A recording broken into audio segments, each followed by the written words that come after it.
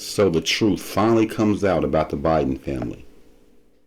Our special investigation into the FBI and Department of Homeland Security's attack on our democracy, as we reveal for the first time on television the staggering level of collusion between big tech and the Washington establishment, the shadowy network of organizations set up by the security agencies to outsource government censorship, and the way that a state cybersecurity apparatus designed to protect America from foreign interference was turned into a domestic cyber attack by our government on Americans.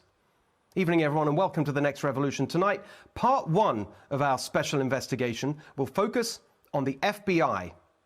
The very government agency that is supposed to protect us attacked our democracy in 2020. Their aim? Protecting Joe Biden, who was the head of and financially benefited from a corrupt influence peddling operation with a hostile foreign power while he was vice president.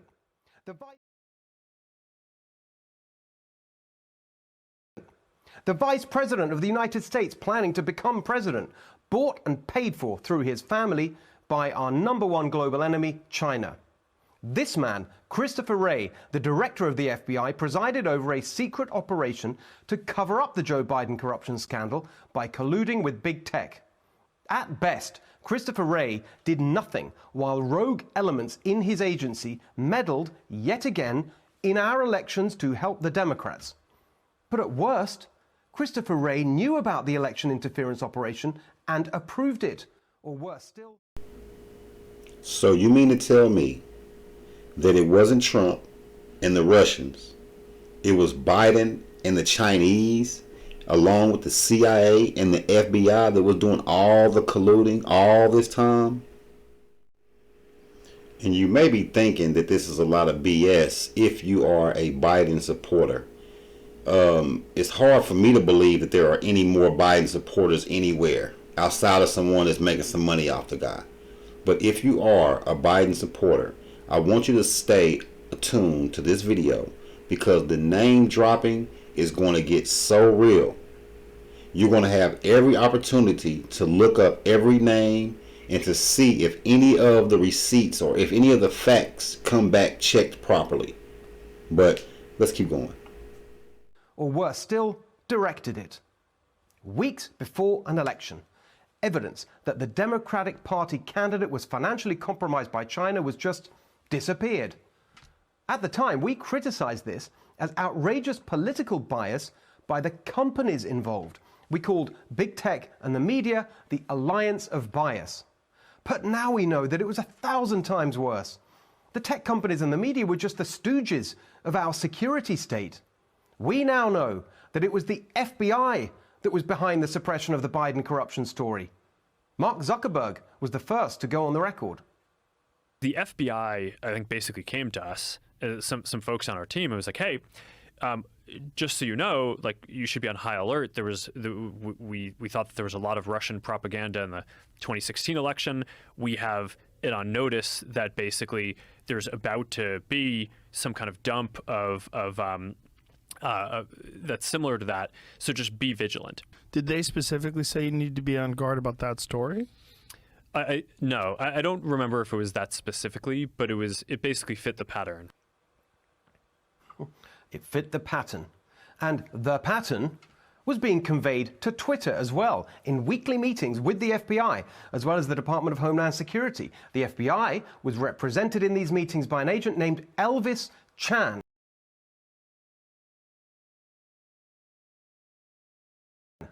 He was deposed in the Missouri and Louisiana lawsuit against the federal government. On page 222 of his deposition, Elvis Chan names another person who was in these meetings, Shelby Pearson, the U.S. election threats executive at the Office of the Director of National Intelligence.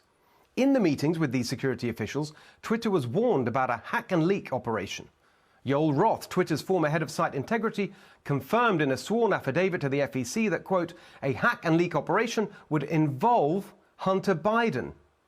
And it was worse even than that, as Miranda Devine revealed to us last Sunday night. The FBI had come to Twitter and told them in their weekly meetings before the 2020 election to look out for a hacked materials, a hack and leak operation that they believed was going to be about Hunter Biden, and it was going to come in October. It was going to come in October. How the hell did they know that? Because the FBI had been secretly spying on Rudy Giuliani, who'd been given the Hunter Biden laptop and was working with Miranda Devine to get its contents, especially the shocking evidence of Biden corruption, out into the open. The FBI saw text messages between Giuliani and Miranda and knew exactly when the Post was planning to publish its bombshell story. But here's the most damning fact of all. The FBI had had the laptop for over a year. It was given to them by the guy who ran the computer repair shop where Hunter left it. So the FBI knew the laptop was real. They knew the contents were not hacked. But still they told Twitter and Facebook to be on the lookout for hacked materials. The only way they could get Twitter and Facebook to justify the censorship under their terms of service. Hacked materials involving Hunter Biden that would drop in October 2020 as part of a Russian disinformation campaign. They cooked the whole thing up. The FBI. That is election interference. That is unconstitutional. It is illegal. And it exposes our new dark reality that big tech, the social media and other platforms that through their aggressive monopolistic practices became essential parts of everyone's life, these platforms are today an extension not just of the Democratic Party, we've known that for a while. Much worse, they are extensions of the FBI and the other arms of the federal government's security apparatus. Big tech has been captured by the security state. You see that revealed in the Twitter files, an entire portal where government officials could request that certain posts be censored. Internal discussions where they debate the best way to hide the fact that they're censoring on behalf of the government. Should they call the FBI and DHS outside experts or just partners? I don't know. How about bosses? Because that's basically what they were. But the most insidious way in which all these lefty Silicon Valley tech companies have become arms of the government is the infiltration of security officials into those companies in senior management roles. Of course, we learned this week about Jim Baker, Comey's crony at the FBI, who was intimately involved in the Russia hoax and the fake Steele dossier. He'd been embedded in Twitter as Deputy General Counsel and tried to suppress incriminating evidence of FBI collusion before being fired by Elon Musk on Tuesday. There's Vijaya Gadde, who was Twitter's general counsel and the head of the entire censorship operation. She ended up being appointed by the Biden administration to sit on their cybersecurity and infrastructure security agency to help shape disinformation policy. But that's just the tip of the iceberg. Dawn Burton, Christopher Wray's senior innovation advisor at the FBI. She became Twitter's senior director of strategy and operations for legal, public policy, trust and safety. The head of Twitter's strategic response team, which the first round of the Barry Weiss Twitter files revealed was the group that was secretly silencing and censoring conservatives. That group was run by Jeff Carlton, who previously worked for the FBI and the CIA, a fact he tried to hide by deleting his LinkedIn profile, but not before journalist Andy Ngo managed to archive it. On LinkedIn, many users don't put their full names, but a report on the website Real News Network tracks some of them down. Matthew W., from FBI Intelligence Program Manager to Twitter's Senior Director of Product Trust. Patrick G., 23 years as an FBI supervisory agent to become Twitter's Head of Corporate Security. Bruce A., an FBI supervisory special agent, left to become Twitter's Director of Insider Risk and Security Investigations. It's not just the FBI. After 10 years as a CIA analyst, Michael Scott Robinson became Twitter's Senior Policy Manager for Site Integrity, Trust and Safety. 3 years ago, Twitter hired Greg Anderson, a NATO official who worked on PSYOPs, a fact that he later tried to hide. Amazingly, Gordon McMillan, Twitter's head of editorial for Europe, the Middle East and Africa, was revealed in 2019 to be an active British Army officer in a unit focused on online warfare and psychological operations. And it's not just Twitter. This man, Aaron Berman, bragging on Meta's website about running the team that, quote, writes the rules for Facebook and decides, quote, what is acceptable or not, is from the CIA, where, amongst other things, he says he wrote and edited the President of the United States' daily brief. Facebook hired this man, Scott Stern, who was head of targeting for CIA drone strikes, which mainly killed innocent civilians, to target misinformation and malicious actors. That's reassuring. Here's a few more. Deborah Berman, Brian Weisbard, Cameron Harris, all of them from the CIA, working in areas like misinformation, now at Facebook, working on trust and safety, their euphemism for censorship. What could go wrong? Dozens more just in this one article. Emily Vacker, Facebook Trust and Safety again. 10 years in the FBI. Sheriff Kamal, Trust and Safety, previously a program manager at the Pentagon. The CIA's Mike Torrey was hired to run Facebook's response to complex information operations threats. CIA contractor Hagan Barnett became head of harmful content operations. A Department of Defense intelligence officer, Susanna Morrow, became director of Facebook's global security intelligence.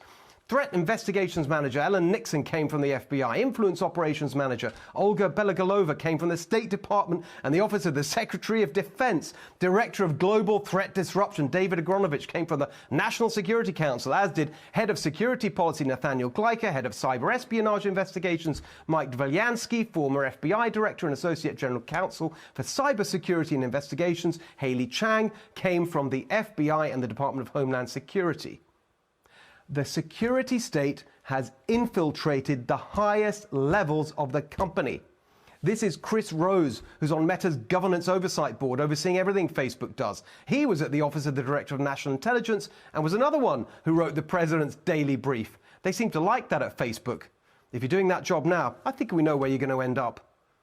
The FBI has even provided Facebook with a spokesperson. The CIA provided the president of legal strategy. On and on it goes. Round and round it spins. The revolving door between Facebook and Twitter and the FBI and DNI and CIA and DHS. It is totally outrageous. I'm not impugning the motives of any of the people we've cited tonight.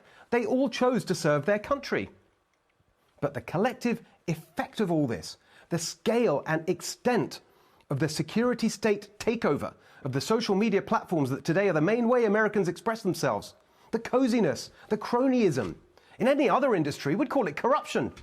But in this of all industries, it's worse than that because it's about our fundamental freedoms as Americans. Imagine what we'd say if a Russian social media platform was chock full of former KGB or FSB agents and tried to claim it was independent of Putin's regime. Twitter and Facebook and YouTube and all the rest, they are now clearly part of the regime here, the ruling establishment with all its arrogance and contempt for anyone that challenges its groupthink. And, as we'll see in part 2 of our investigation next week, the chilling thing about all this is the surreptitious way they've set up a shadowy network of partnerships and alliances to outsource the dirty and illegal work of censoring Americans for thought crime. But now the fight back is on. As we saw earlier, the federal lawsuit filed by Missouri Attorney General Eric Schmidt and Louisiana AG Jeff Landry. The New York Post has filed a federal lawsuit accusing 67 officials or agencies of violating their First Amendment rights. Later on tonight, we'll be joined by Jay Bhattacharya. Let's see if he has grounds to sue them for what they shamefully did to him. There's a massive irony behind all this. I've lived in the heart of Silicon Valley for over a decade. I know this world, and I know many of the people. They didn't start these companies to become agents of the FBI and the CIA. They truly believed in democratizing information. But now, like the pigs in George Orwell's Animal Farm, they've become the very thing their revolution was against. I understand that this censorship of Americans started out as a response to enemy regimes attacking us. But now it's our own government attacking us. I understand that big tech has a responsibility to police its platforms. Even Elon Musk said that. But when the government tries to do it, Silicon Valley should have been pushing back, not welcoming it in by hiring all these people from the security state. The FBI has now meddled in 2 presidential elections to help one political party. Congress has done nothing about it. The media is silent about it. No one's been held accountable. How can this happen in America? The ringleaders of this plot must be identified, prosecuted, and punished for what they did. Christopher Wray, he should stand aside while investigations are carried out. Congress should slow down the revolving door, legislate a ban on critical tech companies hiring from the security state unless a special exemption, requested and debated publicly, has been made. We must demand accountability and not stop until justice has been done and faith in our democracy has been restored. That is the next revolution we need.